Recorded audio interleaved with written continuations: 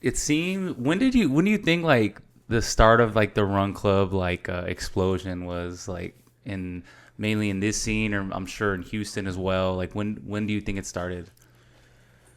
I've been a part of it since it was just like training programs and groups of people running for a goal, or just to like there. It was a community that they're building up, but it was less about like the affiliate programs and Mm-hmm. the ambassadorships. It was Got you.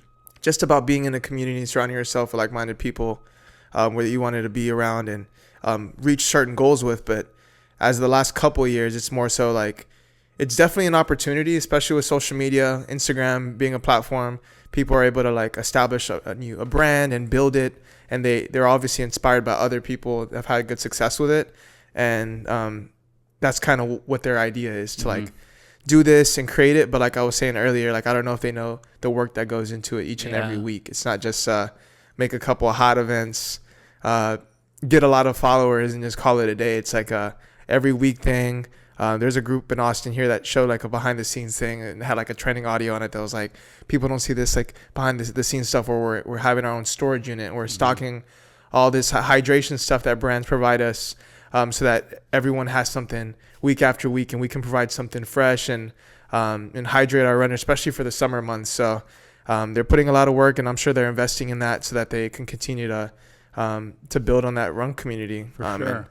And I admired seeing that, because it's like it's not all Instagram flyers and trending audios. It's like Yeah. it's a lot of work that goes into it, especially if they have a full-time job. Like luckily, this is a part of my career.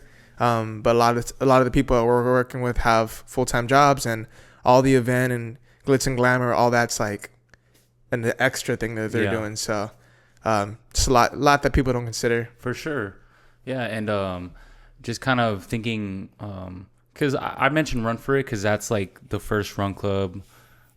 Really, I haven't been to one here yet, which I'm definitely gonna start going. But the Run For It, from my understanding, like it was literally just it was an idea that they had, but it's first of all, it started super small, and they were just trying to get the homies together to run, and just whoever wanted to come. And I don't know, maybe Freddie, I'm sure Fred had it in mind and Thomas, but I don't think at their forefront of their mind was thinking, all right, we're going to work with Asics, we're going to work with this. It was really just like, let's just have a run, whoever comes, and we're just going to run because we love it, Yeah.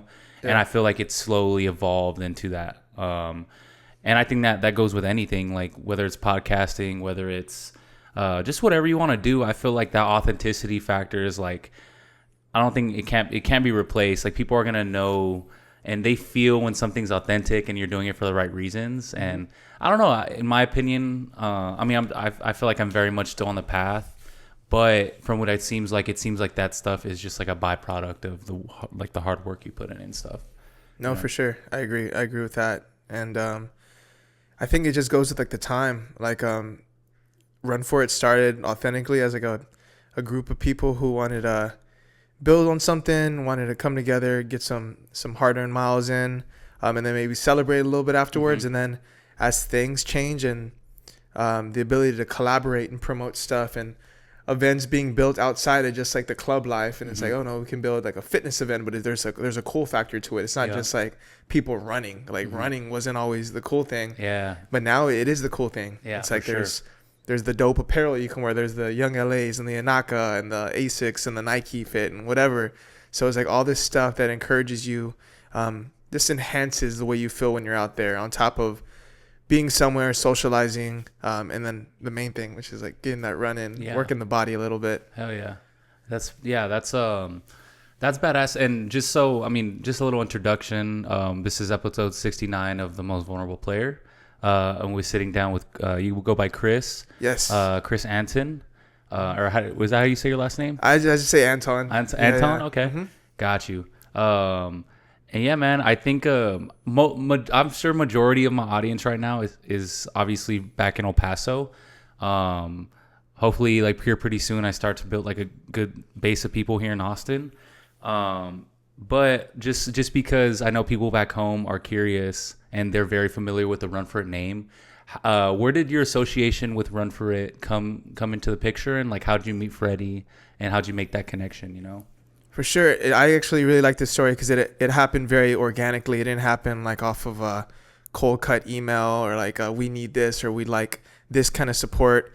I had been going to El Paso for work for like some visits, and usually when I go into a city, I'm like visiting our retail partners, which over there is like Up and Running, and then there's Dick's Sporting Goods that we pop into over there, and I would kind of go do my thing and come back home. It was just very just like going out and coming back. And then my one of my coworkers, he sent me RunForIt's page and said, hey, check out this group. Like they're a pretty large group, and I know we're always looking at kind of tapping into some communities in the territory that I cover, working with some good people. And I didn't know who led it or who was the founder and who the right people or the contact were. But coincidentally, Fred was already following me. I just we never like introduced ourselves or made a connection there yet. But like months after that, we were randomly like interacting with stories and having a conversation around that. And he told me, I said, hey, man, we'd love to have you when you're out in El Paso again.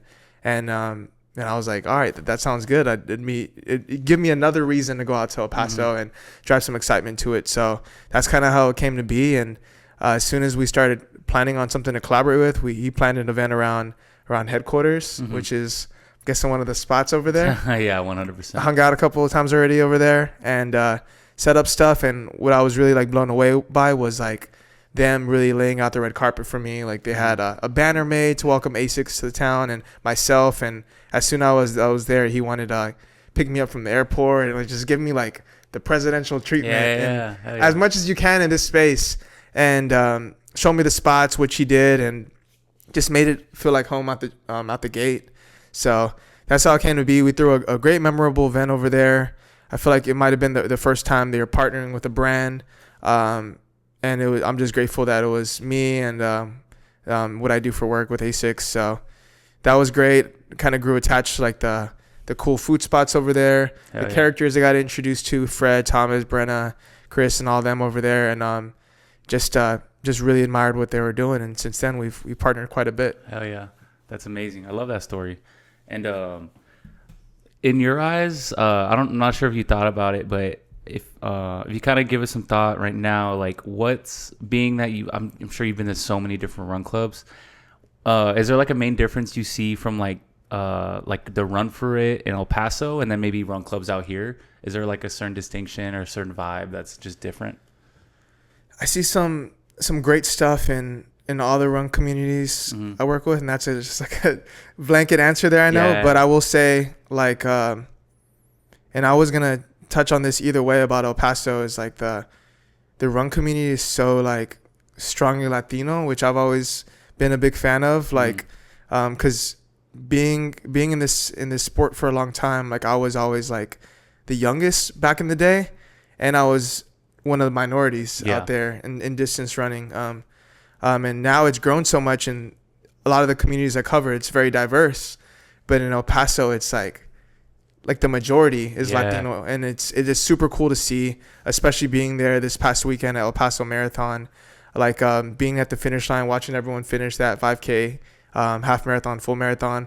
Like they say the last names or the full names of everyone crossing the finish line, and it was all like puro Latino, which was like crazy cool for me to experience. So that's one thing I noticed initially about RunForIt. Obviously, there's authenticity there, and it started from the bottom, and it blew up to the point where it's like one of the community groups to go check out week after week. Like I was saying, they put in a lot of work to plan these cool events, switch it up so where you always get something new, a little change of scenery, might have a little bit more elevation route, get some different sponsors, and some different places to hang out after your run. So yeah, for sure, that's the main difference. Some other times I could see it being a little bit more chill or a little bit more training focused, depending on the group. But they kind of mix it up and add a little bit of everything into their group. For sure. One thing, especially coming out here, like being back now, the perspective change of like just seeing and being back in El Paso. There's like, we have run clubs, but there's never like, oh, this is a Latino run club. It's just a run club because damn near everybody in El Paso's Latino.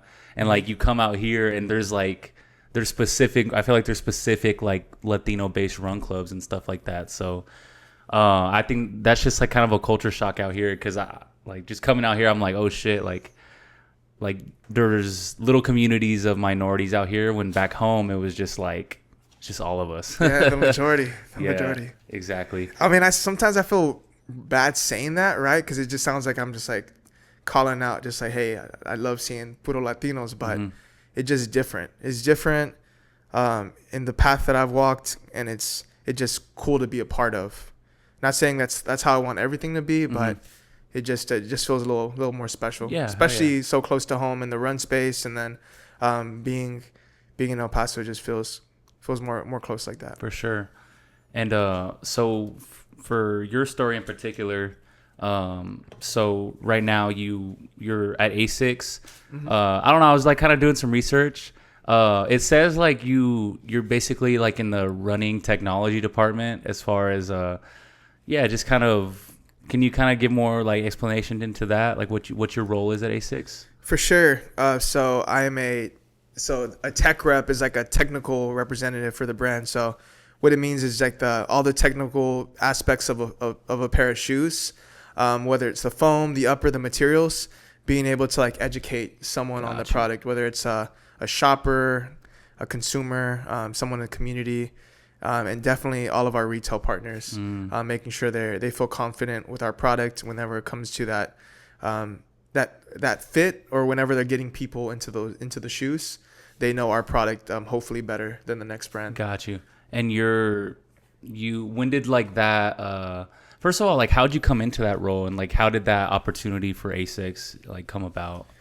Yeah, so in Houston, that's where I grew up. So I know I'm ripping and raving about El Paso, but I was born and raised in the southeast part of Houston. I started, I guess, my running journey, at least professionally, in a run store. So that primarily, like I was saying, we work with retailers. Yeah. So like that's where I started, and I just became very familiar with the business, working with running shoes, getting to know them more technically, not just Asics, every brand. And as these representatives would come in, similar to what I'm doing now, they would kind of educate me on the product. We'd be chatting about collaborations and events that they would want to do in the community or with the run store following. And I was just very, very eager, very intrigued, and wanting to help out with that and be a part of that event coordination. And they just saw me as that point person for them at the store I worked at, which is a very big account in South Texas and in Houston. And just continuing just be hungry and wanting to see how I could tap into that space. They would always send me, or one person in particular, but not they, would always send me some of those opportunities as they came up, whether it's LinkedIn or a job posting that they were hearing about. And I applied for a couple, got some experience with what they were looking for, the questions, and how to tackle some of that, because that was the first time I was interviewing in more of a tough setting versus the jobs that I had prior to that.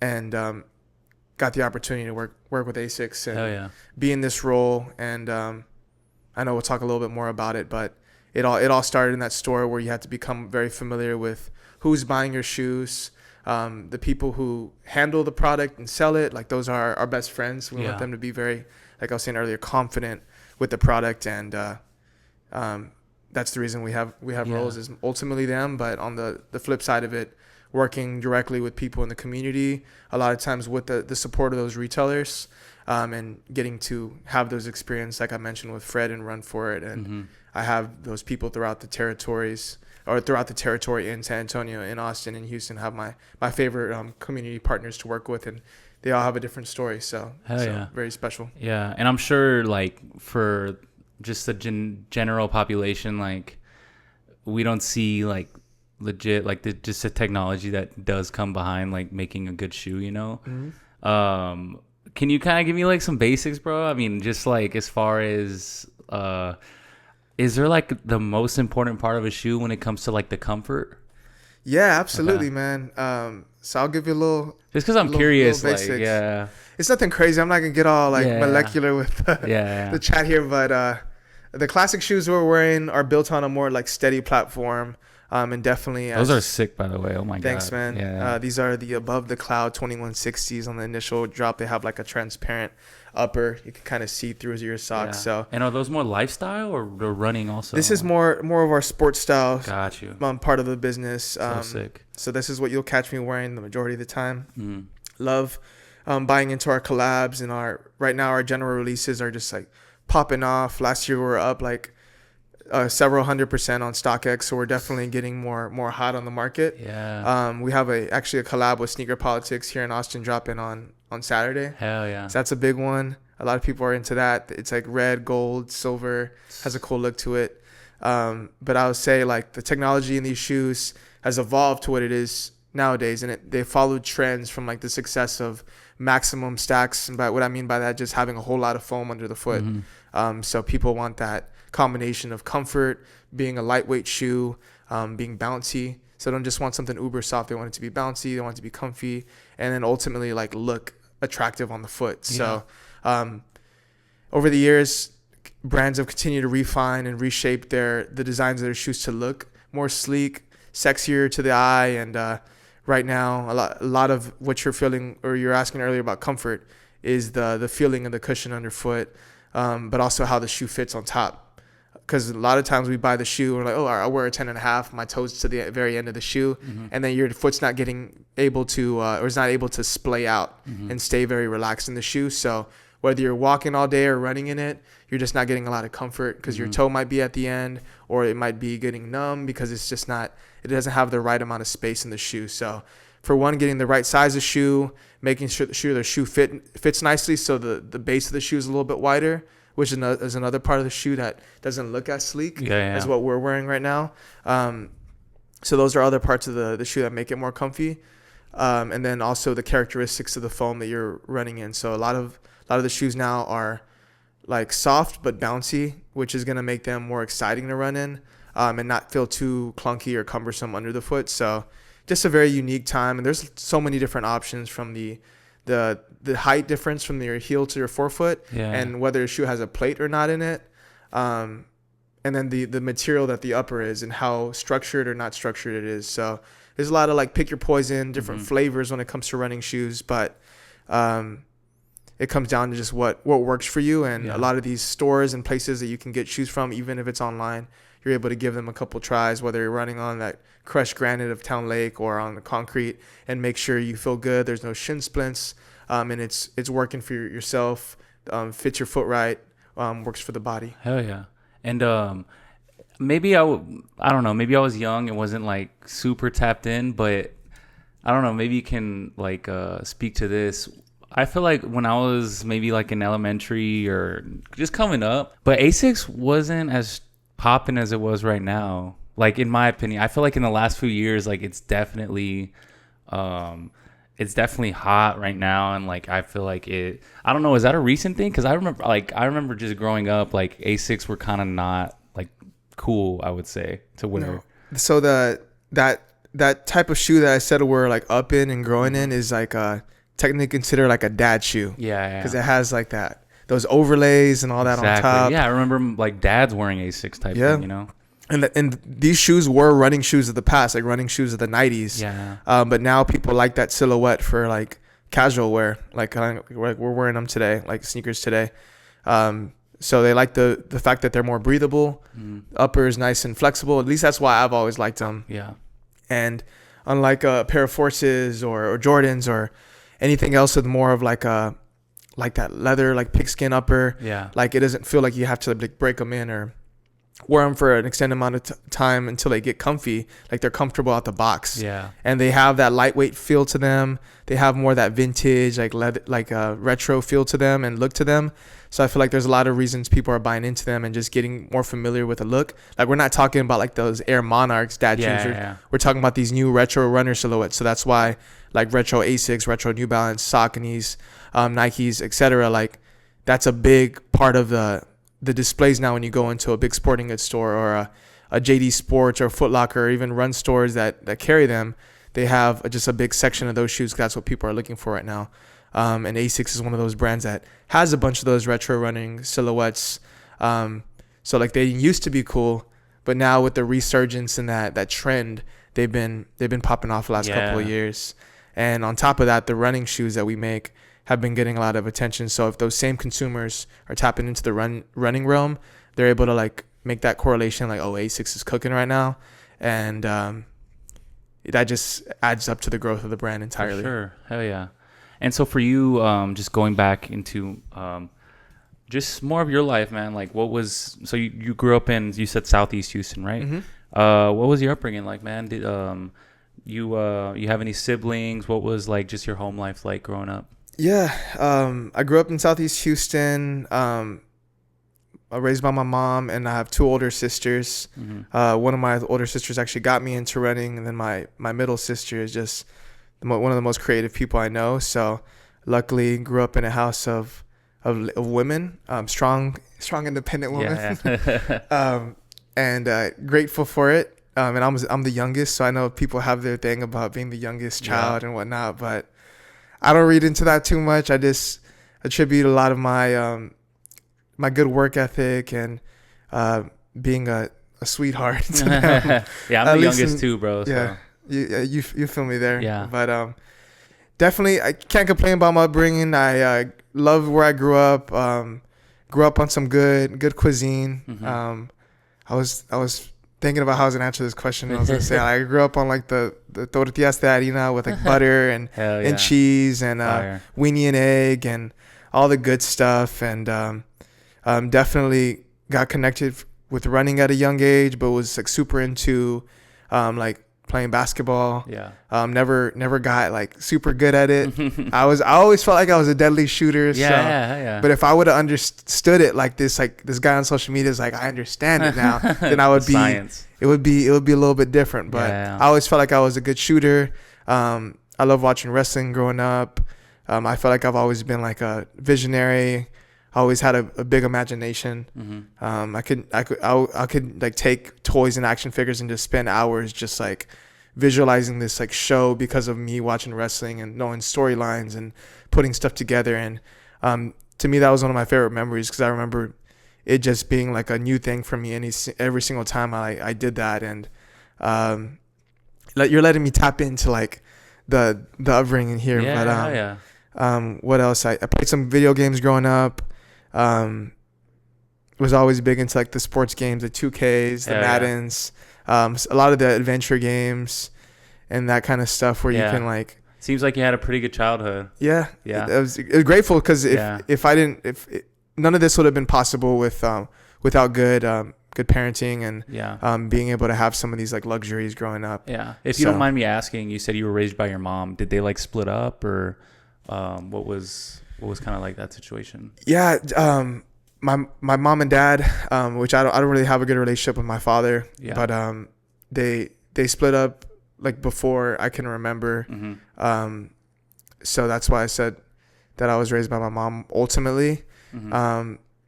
But I don't feel like a void or in any absence because of that. I feel like my mom went above and beyond to make sure that I had what I needed. Mm-hmm. And as far as everything else, like the values and everything, making sure I followed a good compass, kept me out of trouble when she could, and definitely disciplined me as far as like whooping my ass whenever I needed it to, or whenever I was doing anything that could have led me astray. So I always joke about it anytime we're at family gatherings and stuff. We'll talk about her giving me a little uppercut whenever I put my hands to my face, and she'd be like, "Hey, put your hands down," and she'd give me a little sneak attack and stuff. So nothing wrong with that. There was definitely plenty of times where I feel like I needed that to like really understand that I did something wrong, and that's not the way I need to approach situations like that. Mm-hmm. So but yeah, appreciate you asking that, and it's cool to reflect on that. I mean, this is the MVP podcast for a reason. So and happy to be here. Yeah. Was there someone that because obviously your mom was a big prominent figure in your life. Besides your mom, can you think to someone who maybe like a mentor or someone that just had a really big influence on the person you are today? Maybe you don't even know them. Like maybe they can just be someone you followed, or just someone that really played a big part in your life. For sure. A couple people. I talked about how there might not have been like a void there, but there's definitely some good influences there on the male side. Yeah. So my grandpa, who just passed recently, gave me this drink. Thanks, man. Yeah. It was more of a celebratory thing. He lived a long life. We wanted to celebrate who he was, and I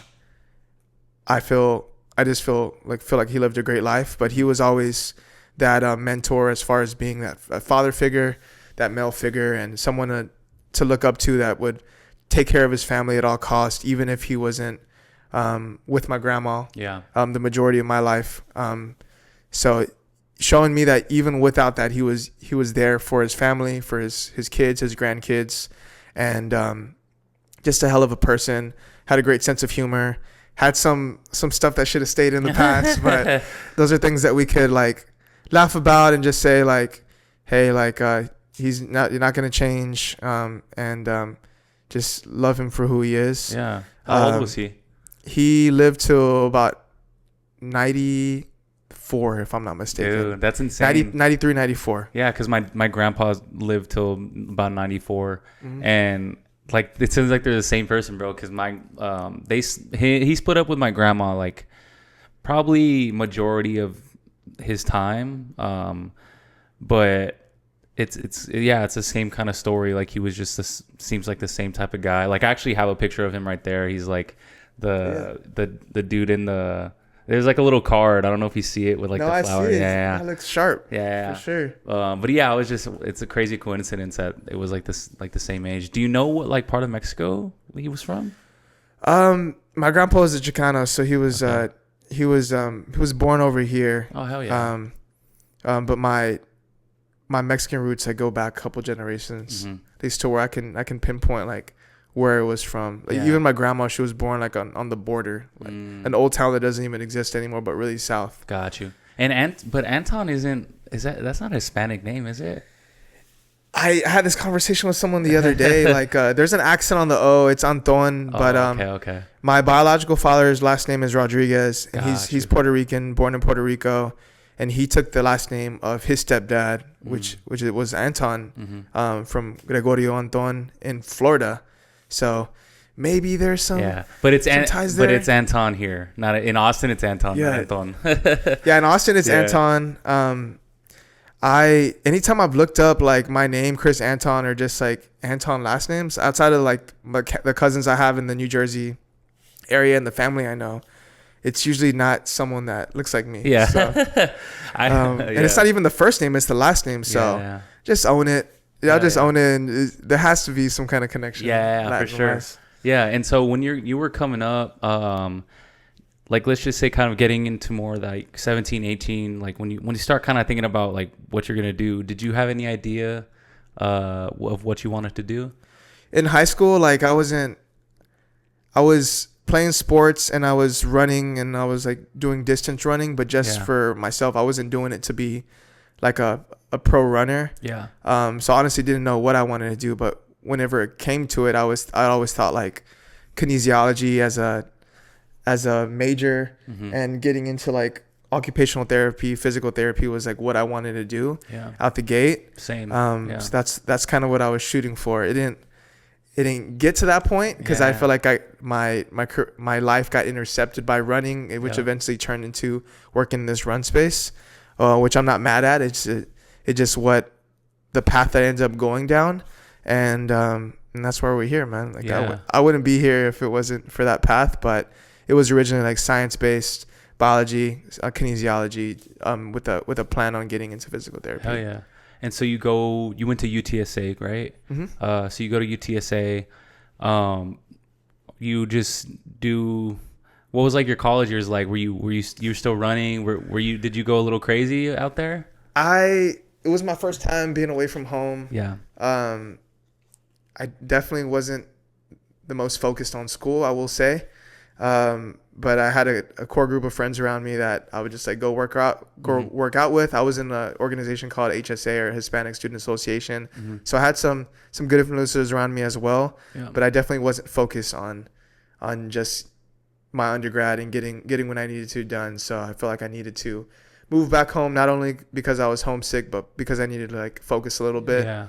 And went back, and that's when I started started working at that run store that I was telling you about. Yeah. Fleet Feet. So Fleet Feet is back in Houston. And that's kind of how you got introduced to like the whole footwear and Yep. and doing things like that. Is Fleet Feet is it only in Houston, or is there different spots now? So it's actually a company, but the Houston location was a franchise owned by a family out there. Gotcha. But the company's grown crazy since. And there's definitely an Austin location here. Work with some good people that work there. Adisel, he's gonna give me so much shit for saying his name like that. But he's definitely someone I enjoy working with, and we do some really cool events here in town. But they have 3 locations here in Austin, and then there's 2, about to be 3 other Fleet Feets north of Austin too, but those are also a franchise. So it's a franchise and a great place to go find your running shoes and running gear, anything to help you train for that run that you do every week, or train for that goal level race, whether it's a half marathon, 10K, marathon, or ultra marathon. Yeah. Hell yeah. And when do you kind of I feel when you think back to like your life and just your lessons, experiences, is there a certain moment, a certain situation that just kind of, maybe it could be something you heard or something that was said to you, but that just kind of shifted your perspective for the better, you know, and kind of just a moment where you were just like, it could have been a turning point. It could have just been like just a moment where something clicked for you. Is there something you can like, a moment you can look back on? I think initially, I know that's a loaded question, but I think initially, like that, you bringing up the like college in San Antonio, I think that was a good moment where I realized that, not to just keep harping on that note, but that was a moment that I realized I could have continued to like follow a certain amount of influences, and it could have set me off track. Mm-hmm.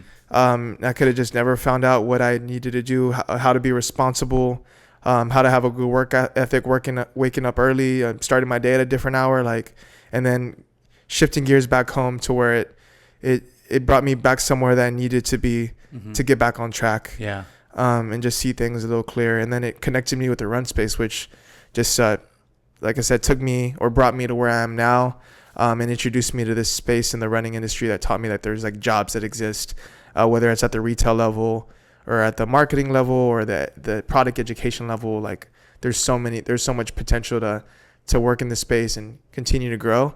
And that's where I feel like I've found a home at the last handful of years. Yeah. And when you went back, was it something you were excited for, or at that time was it just like, oh fuck, like I'm going back home? It's like whatever. It was a little both of that. Like it was like, dang, like I didn't do what I needed to over there, but it was also relief that I was coming home, being closer to the family. Mm-hmm. I got to connect with some people that I hadn't seen in a long time that I grew up going to school with, and then they became kind of like my core group of friends in the next couple of years. I was also like partying and stuff still then. I was like sophomore year of college, so I was still enjoying myself a little bit too much, but I was also into running, and I was doing things in the run space, working with some local groups. I was working with them, but I was also a runner in their community, and me and that group of people were training for these distance races in the winter season. So I did have a positive influence of waking up at 5 a.m. on Saturdays to get a long run in. And it wasn't like a run club a couple times a week, but that long run was the most important run of the week to ensure that you were putting some mileage in. Yep. And then surrounding yourself with some good figures there. A lot of people in that group were always like, they always felt like they could mentor me because I was the youngest one there. So they would talk to me about drinking. They would talk to me about the ladies. They would talk to me about just the future ahead of me, whether it was school related or something else. But I don't think a lot of them knew that I was going to end up in like the run space. So could you have envisioned like what you're doing today when you first started just at Fleet Feet? Not at all, man. Not at all. Like I think I only started envisioning doing it whenever I met people that were in those roles, but I never knew I would be in their place. And then also being able to work with the people I work with today. I didn't know what the possibilities were in this role. And I feel like since I've been in this role, there's no way to sound humble when I say this, but I feel like I've definitely evolved the role year after year, and maybe inspired some others that are coming into it. But there's so many things that you can do to continue to hit the notes that you need to in the role, but also evolve it and really maximize what you can do in it, promote the brand, amplify the messaging around it, get people into the product, and just get in front of more people, but authentically. Yeah. Like, I don't do anything without leading with authenticity. I don't just want to get in front of a lot of people. Like, I want to be a friend of these people beyond working with them. And that's how I choose to approach it. So, yeah. But yeah, it's been a lot of fun, and I would have never thought I'd be doing this when I initially started at the store. I just thought it was me working at a run store, getting some free shoes here and there. But there was so much learning that came from it on the product side, professionally, on the business side of it, with just how the business operates, how you do things on the back house. What is it called? Back of the house, end, and with products that need to be returned. The buying side of it, like, my manager at the time was a mentor to me. He would be someone I'd go to when my mom would be upset with me, when I'd go out and stay out late. Like, he'd be that older brother figure. So that's someone I missed earlier, but he's still someone I get to work with on that side of things, and he's one of the best, like, footwear buyers in this industry. And he works at that Fleet Feet Houston store and buys footwear for the whole company. So he's having to, like, predict how they're going to do throughout the year and ensure that those numbers that he writes in kind of line up, so they're not overbuying, underbuying, so they make sure their numbers look right throughout the year. Yeah, and so early on, you're kind of learning more of, like, the logistical side and buying and selling of the shoes that are in the store. Mm-hmm. Where does it start to evolve into, like, the run community, and, like, when do you start collaborating on events and doing things like that?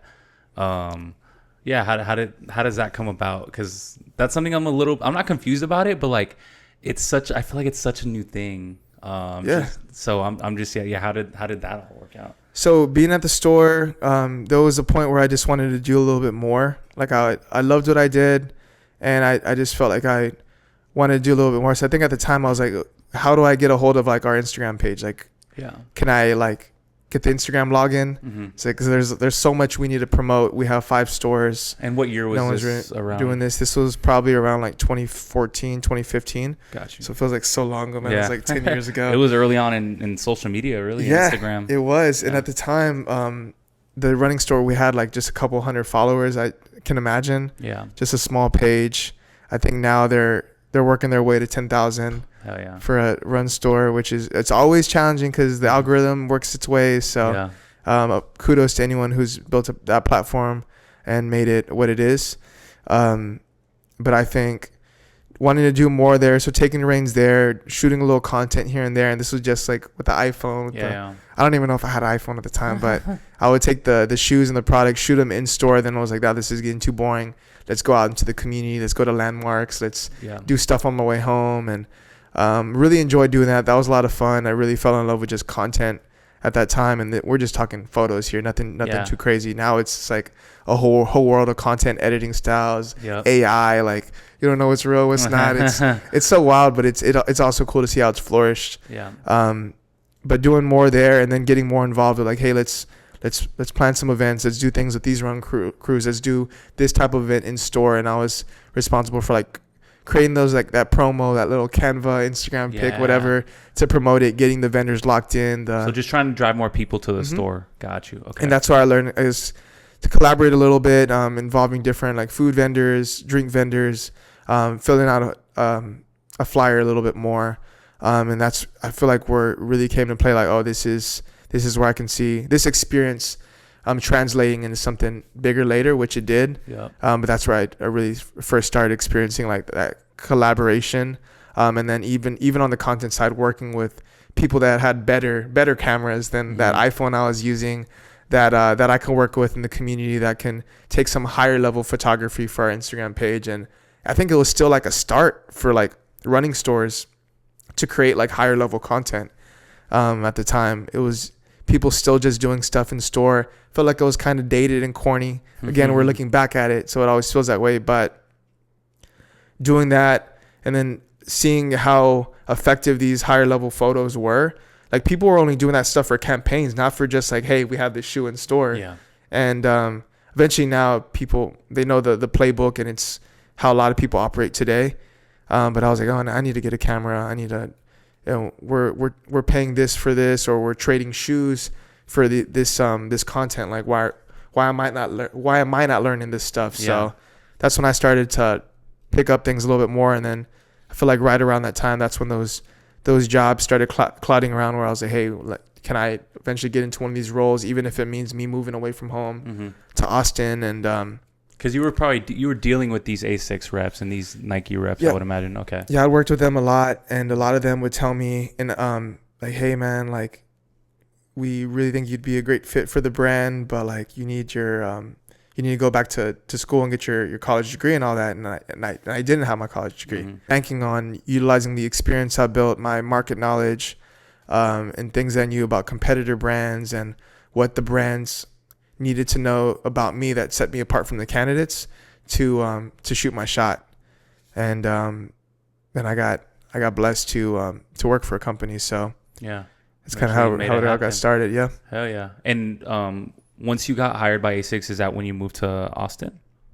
So I moved to Austin whenever I got hired by another running brand. Got you. And I moved to Austin then. The reason brands bring or hire reps in the centralized part of a region is so that they can like effectively like travel within it, and they feel like Austin in Texas is like the spot to be. So that's why I moved to Austin originally. And that was like, was that 2019? So it's like 6 years ago now. It's crazy how much time's flown since then. Yeah. But now it feels like home. I feel settled in here. There's so much stuff to really keep you here and make it feel like home, whether it's the nightlife, the food spots, the adventure that you can go on. And I don't do a lot of this stuff that I'm saying. So it sounds like I'm just like out there embracing it. Yeah. But like you can go hike. I mean, you're close to like that. What do they call it? It's the Trail of Life. Oh, okay. Or Hill of Life, Trail of Life. Austin people are gonna kill me for that one, but like it's a great place to go. You can hike it, you can run it.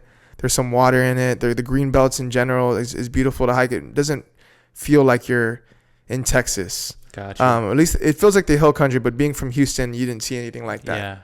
Yeah. So doing that, of course it has one of the best like 10-mile loops you're ever gonna see in Texas with that Town Lake area.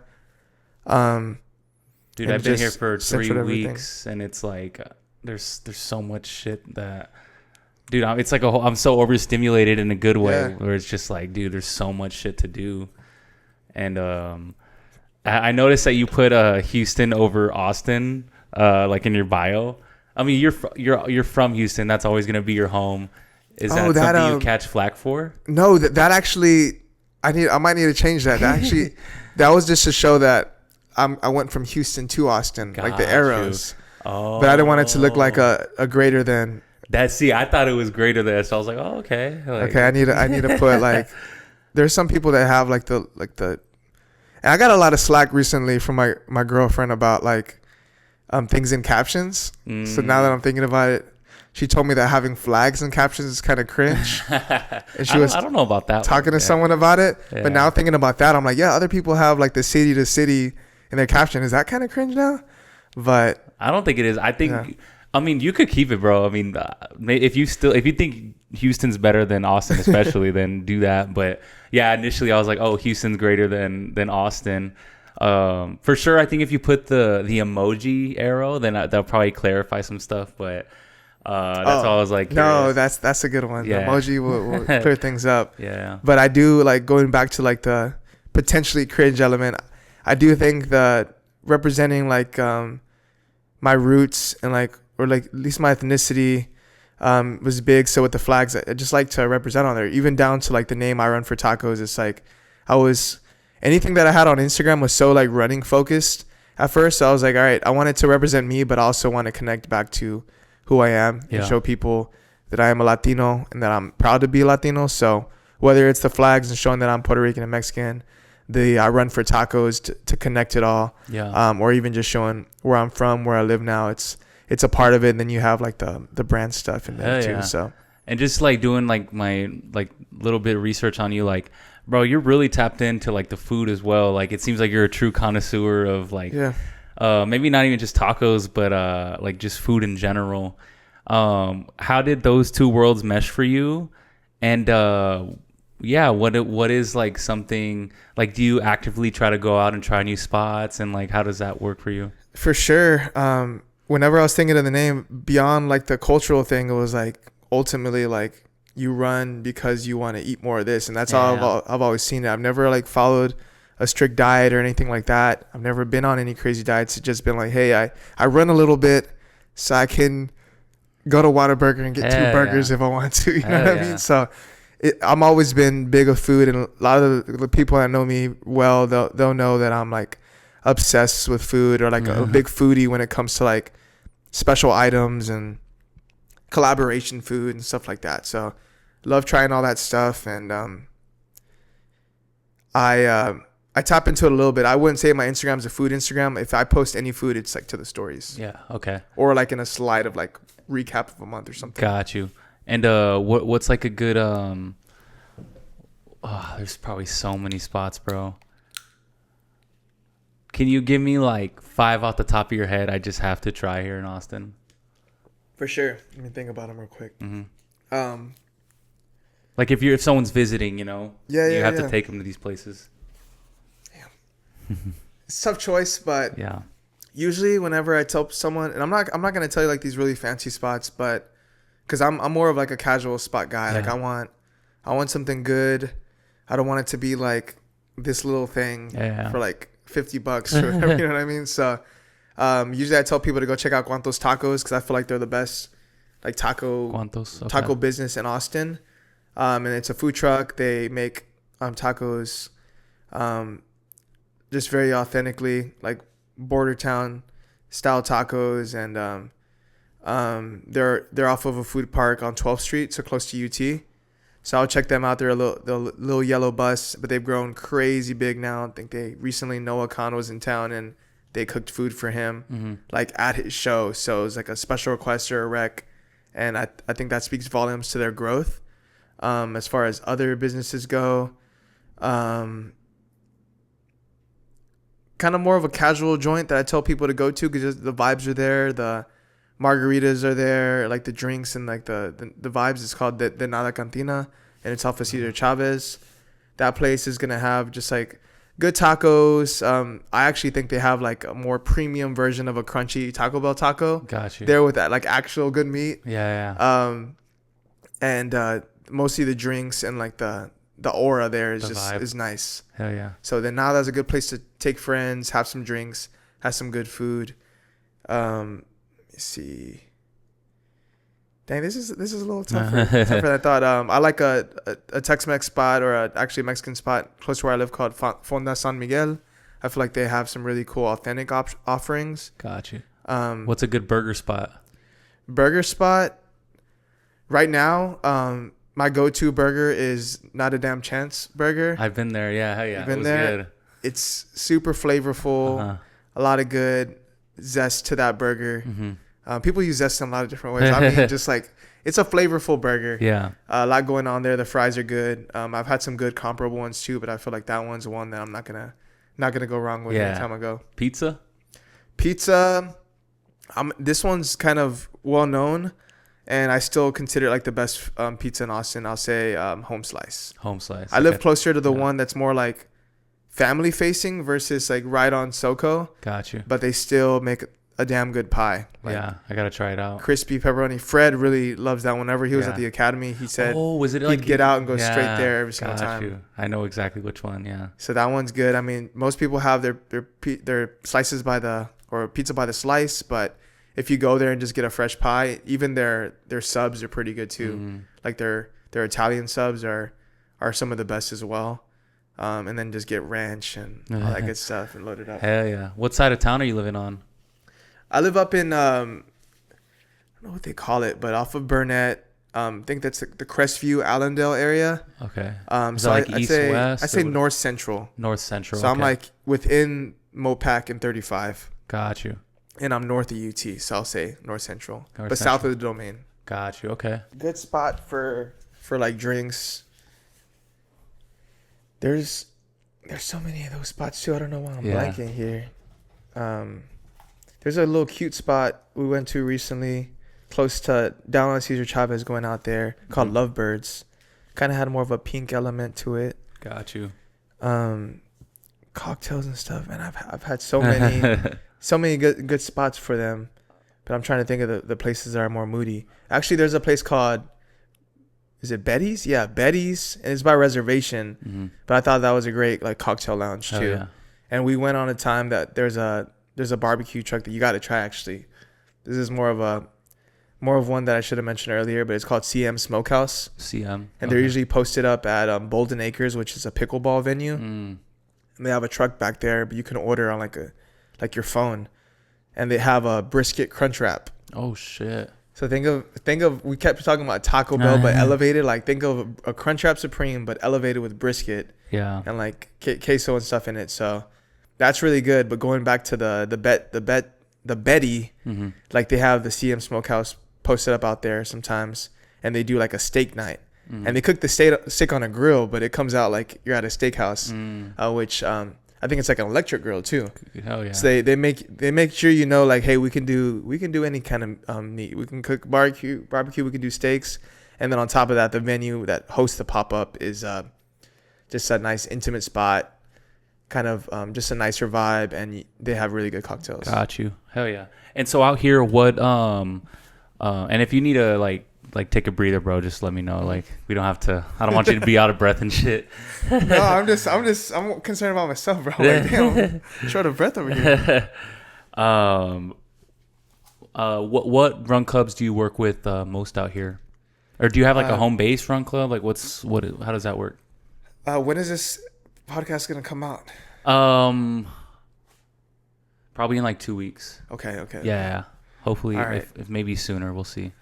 All right, I hope I don't jump the gun here, but I have a lot of people out in Austin that I like to work with. RunForIt, whenever Fred's ready to get things up and going here.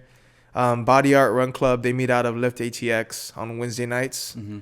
If you're ever out there, Lift ATX is also a great place to get a lift in. Hell yeah. I haven't been much lately, but if I go get a lift in, I definitely want it to be there. Yeah. And great people who lead it. It's actually 3 brothers who started the club. And yeah. One of them I've seen is Daniel. That's like the main guy, right?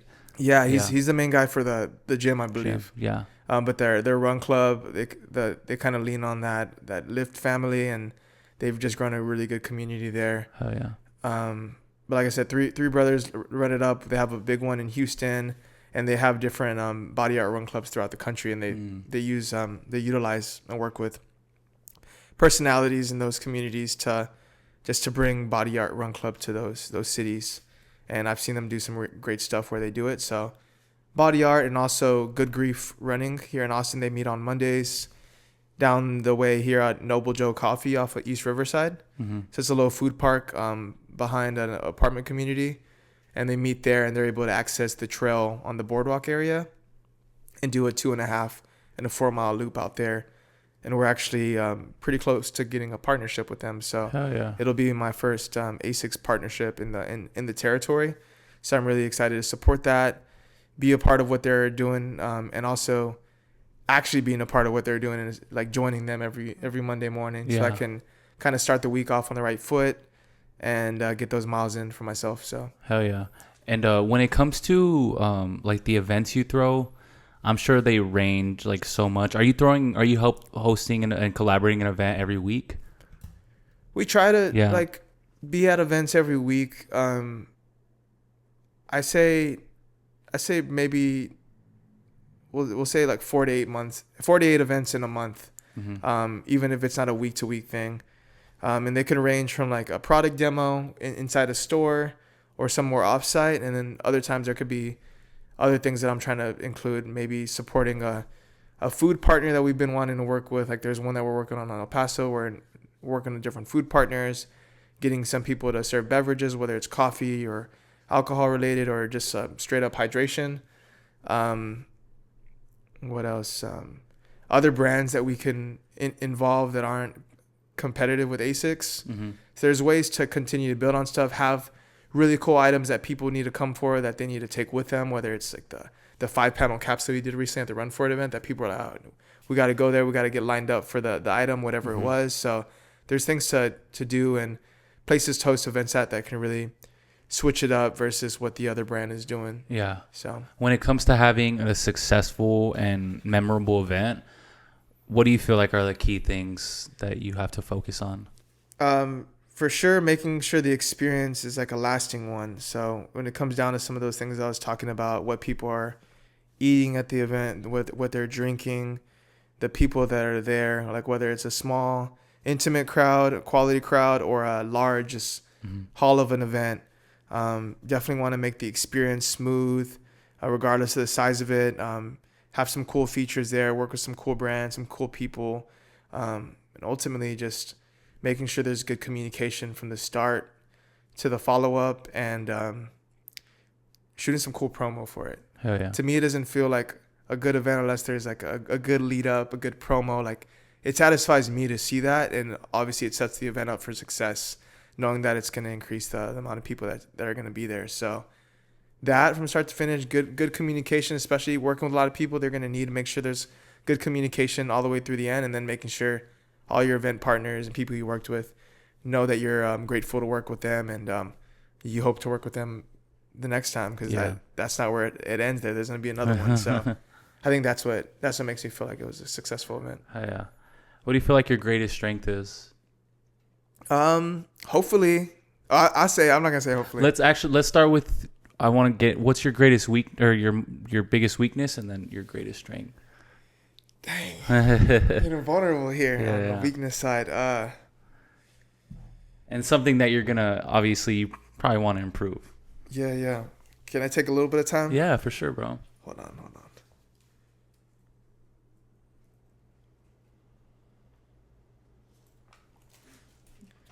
I don't know if it's a weakness. I don't know if it's a weakness, but I can say that sometimes I feel like maybe being too transparent sometimes could be a weakness, or like oversharing can be a weakness.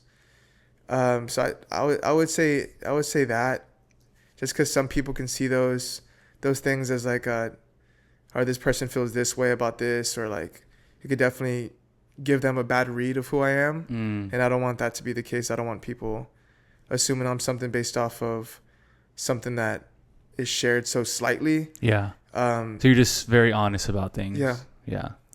I'll say that, but I can also feel like I'm just a very nice person, easy to relate to. So I can say those are maybe things that I feel like I'm stronger with. Like, I'm very relatable. I'm very approachable to people, and I feel like I'm easy to work with, easy to collaborate with.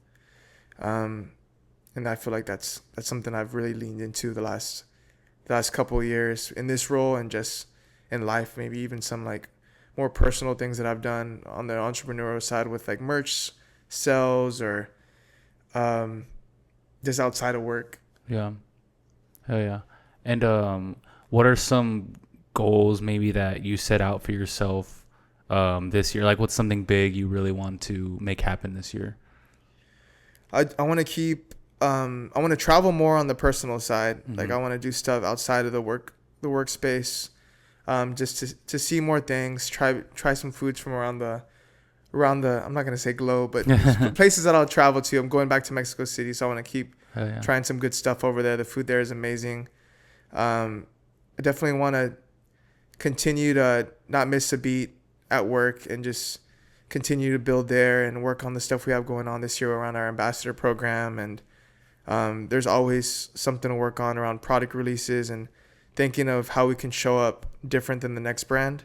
I know I keep saying that, but that's kind of like the biggest goal. Like, we don't want to just look like the other brands on the wall, or like show up the way the other brands show up. Like, we're always thinking, like, if people are trying on both of our shoes and they're saying they're both comfy, like, one of them has to stick out for a reason, whether they think the brand's cooler or the brand's doing doper stuff in the community, whatever it is. So like, that always is relying on how we show up. So definitely want to keep doing that. I want to get better with something that makes me uncomfortable, like learn stuff that I'm not as familiar with, whether that's like continuing to get better on Excel and doing things that I feel like I need to like just get more skillful with, versus the operations that I'm usually dealing with for like on there. Just learn something new, pick up something new, maybe read some more. learn more in some of these areas, learn more about the footwear industry prior to whenever I started. Just continue to grow. Hell yeah. I guess this is more of like a personal question for me. With your kind of experience and just what you've done in your career, and especially being in the Austin area in Houston, from someone that's coming from like a smaller market in El Paso, that's like, I'm truly passionate about like this space, this like media, podcasting. What is advice you'd give to someone like me who just moved to like a bigger market like this and just wants to make something happen? Oh man, I feel like cliche to say, but the world is your oyster, and I think you were surrounded by some really good people out there that hopefully have inspired you and whatever it is they're doing, and you've built something really cool here that you've invited me to be a part of. So I think that foundation there, from like where you came from, what you've even established right here where we are, and you said a couple of weeks, is big. And then the possibility to just continue to expand your network here with different personalities in Austin in so many different areas and industries, whether it's health and fitness and the run space like we're talking about here, food, other creatives. Like there's so many stories to tell, and just people to talk to. I think that's gonna be huge. So continue to stay active, leverage the social platforms that you're utilizing. I think Instagram, as much as we can talk about the algorithm and how it's not always on our side, like it is a great platform to connect with others. So I think that's always something that you're going to be able to continue to grow with. And you're very true to yourself, and you've been very welcoming to me. So I feel like that's just going to continue to allow you to grow and grow your brand, and just continue to share stories and allow people to understand who you are and why you started MVP Podcast. Hell yeah. I appreciate that, bro. That means a lot. And then are you married? You have a girlfriend? I have a girlfriend. Okay. Yes. Oh yeah. How did you guys meet? I met Kat at a run store that I was visiting in San Antonio at the time. So that's kind of, we met in this space while I was visiting a store, and just one of those things where you just like pursued it, and I just had to. You just shot your shot there at the store, or what? Not at the store. Supposedly, I was like very rude, and really? I came off as like rude to her. Yeah. But I think ultimately I was doing my best to like get her attention and whatnot. So, that's where we met, and then eventually, I started talking to her on Instagram, the DMs. Hell yeah, the infamous DMs. And got the opportunity to go on a date with her some months after, and the rest is history, man. Got you. Hell yeah. Love that. Hopefully I get some I'll meet hopefully I meet someone out there, man. I'm already overstimulated in that aspect that there's so many beautiful women out here, so I'm looking forward to it. From what I hear, the run clubs are very good. Where to find a good person to date? Yeah, hopefully we'll see. Potentially. Yeah, South by Southwest is coming up, bro. Is there anything like, do you enjoy that? Do you utilize it to your advantage? And like, are there certain events that you'll be having like for that?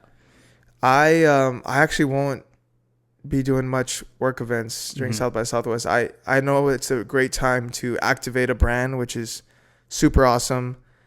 So I definitely want you to like see what's up with that. Yeah. I'd highly recommend checking out that Asics event at Politics on Saturday. Got you. I won't be there, but I wish I could be there. It's going to be a great time.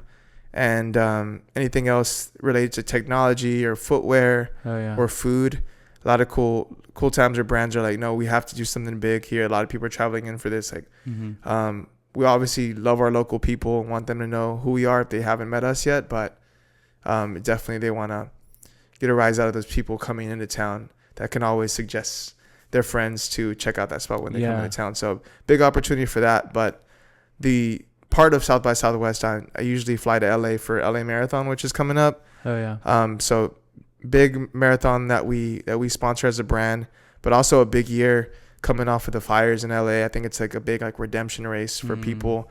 Not only if they've been affected, but more so just for the city to come together, test their will, and just like put everything together, celebrate each other, and just really have some positivity around the city.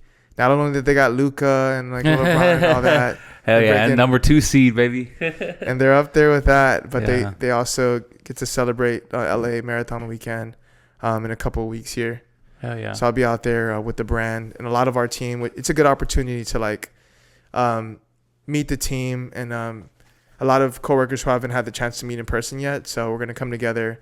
It's gonna be a great like team building experience on top of that. So that's a lot of fun. It's exciting. And just some last just final questions. Just to wrap up this episode, bro. Once again, I appreciate your time, man. It means everything. Of course. Well, firstly, what time does it run on Saturday? Actually, so the Asics event it's more so just like a shoe release. Oh, event. okay, yeah. So they might have like some like drink sponsors and some vibes, but I think they'll get started when the store opens, like at 10. At 10, hell yeah, definitely gonna pull up to that. But yeah, what's when you think back just on your life and even just currently, what are some thing? What is one thing you've had to overcome mentally when it comes to your mental health? I think looking back at things, just understanding like there's not always going to be a given with certain things that you want. It's not going to just happen overnight. And it does sound so cliche. Everyone's already heard this before. But nothing's going to happen overnight. But I feel like if you have a good moral compass and you put in a good effort day after day, whether it's towards yourself, your mental health, some kind of physical aspect, and working on your body, taking care of your body, I think taking that step forward is always going to be the answer. Because there's times when you can fall into just a cast of shadows, and it's you thinking negatively about yourself, your body, your life, what could have been different. Even if you have it all, it's not always going to be perfect. So I think always understanding that you can think on the positive side of things, and maybe having outlets and good people around you is a little bit easier. But I think just having a more positive frame of mind and trying to stay within those lines is how I felt like I've handled it over the years. And I got a bug there. That's the negative energy there. But, I've always had some good positive influences in my life, whether it's my family, my girlfriend, the friends, my peers. Like there's always been some good vibes. I haven't had anyone like talking mess to me, saying anything that puts me in a bad mood. So I got to be grateful for that. So it could be a lot different. So hell yeah, I love that, bro. And do you feel like the run community is just being so prominent now? Do you feel like that's helped a lot of people, like mental health? I think more than less, for sure. Yeah. I think ultimately building these communities for whatever reasons. I know earlier we talked about people using it as a way to like get clout, cash in a check, whatever it is. Yeah. I feel like they're creating a space for people to go and exercise their mind, move their mind with Asics, get that exercise in. They're also surrounding them with like-minded people that want to do the same with their moving their bodies.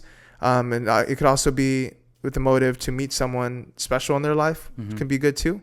Could also be some run club drama. There's some of that, but I think that's what I said earlier. More than less, I think it's them moving mountains in a positive way for the community. So whoever it is, I stand behind it and I support it. I don't get the opportunity to work with everyone, but I definitely support anyone who's creating that culture, that community for anyone to be able to get up off the couch or walk out the door, be like, hey, I'm gonna go run with that group. Just not much into running by myself or whatever excuses they want to make. They like throw it out the window and then they get out the door and go be a part of this social media post or this community that's been rocking and rolling, this Run For It run. I think that all has to do with positive stuff and hopefully it's being very, very good on people's mentals, and I stand behind all that for sure. Yeah, yeah, man. That is episode 69 of The Most Vulnerable Player. What a fucking odd number. But I saw that on the notebook earlier. I was like, is that a number 69 on the episode? It's not a troll, bro. I promise. No, it's all good. Lucky episode 69. Yeah, hell yeah. Episode 69, The Most Vulnerable Player, with Chris Anton. Definitely, I'm super appreciative of you making the time, bro. I'm super excited to hopefully get to know you more and really just be around the wonderful community you built here. And yeah, bro, I appreciate everything. Thank you so much. No, thanks for having me. I'm excited to connect some more, get you out to some of the runs that I do, whether it's work related or me just getting out there for the vibes. Like, hell yeah. Definitely want to help welcome you to Austin the right way. So hell yeah. And down at the food spots, the chill spots, whatever it is, man, I got you on those recs. Let's do it. Hell yeah, man. Before we go, was there you went to Casa Pantera? Yeah. Was there a good taco spot you had? Bro, everyone that has talked to me knows the only answer to this is Taco Neta. Bro. Thank you. Okay, that was a good spot. The best tacos in El Paso, and I'm gonna go once or twice anytime I go over there. All the homies over there know that that's the spot. Hell and, yeah. What's the one I like from there? I like the battered fish, or the one that's like a shrimp quesadilla is good too, and then the suadero is like the number one. Suadero, dude, that's a shit. Suadero's number one. The sweet potatoes too. Dude, the sweet potato. Yeah, you already know. You know. And the drinks and the vibes. Yeah. Everyone there is always so nice, and they're very accommodating, even though they got a line flowing out the door. So yeah. that and then Viejo Coffee. Got you. They're always so cool, and they're so involved in the run space and supporting the community. So I'm all for that too, and yeah, I just like El Paso a lot. Hell yeah, love that. The 915. Yes, sir. All right, y'all. We'll see you next time.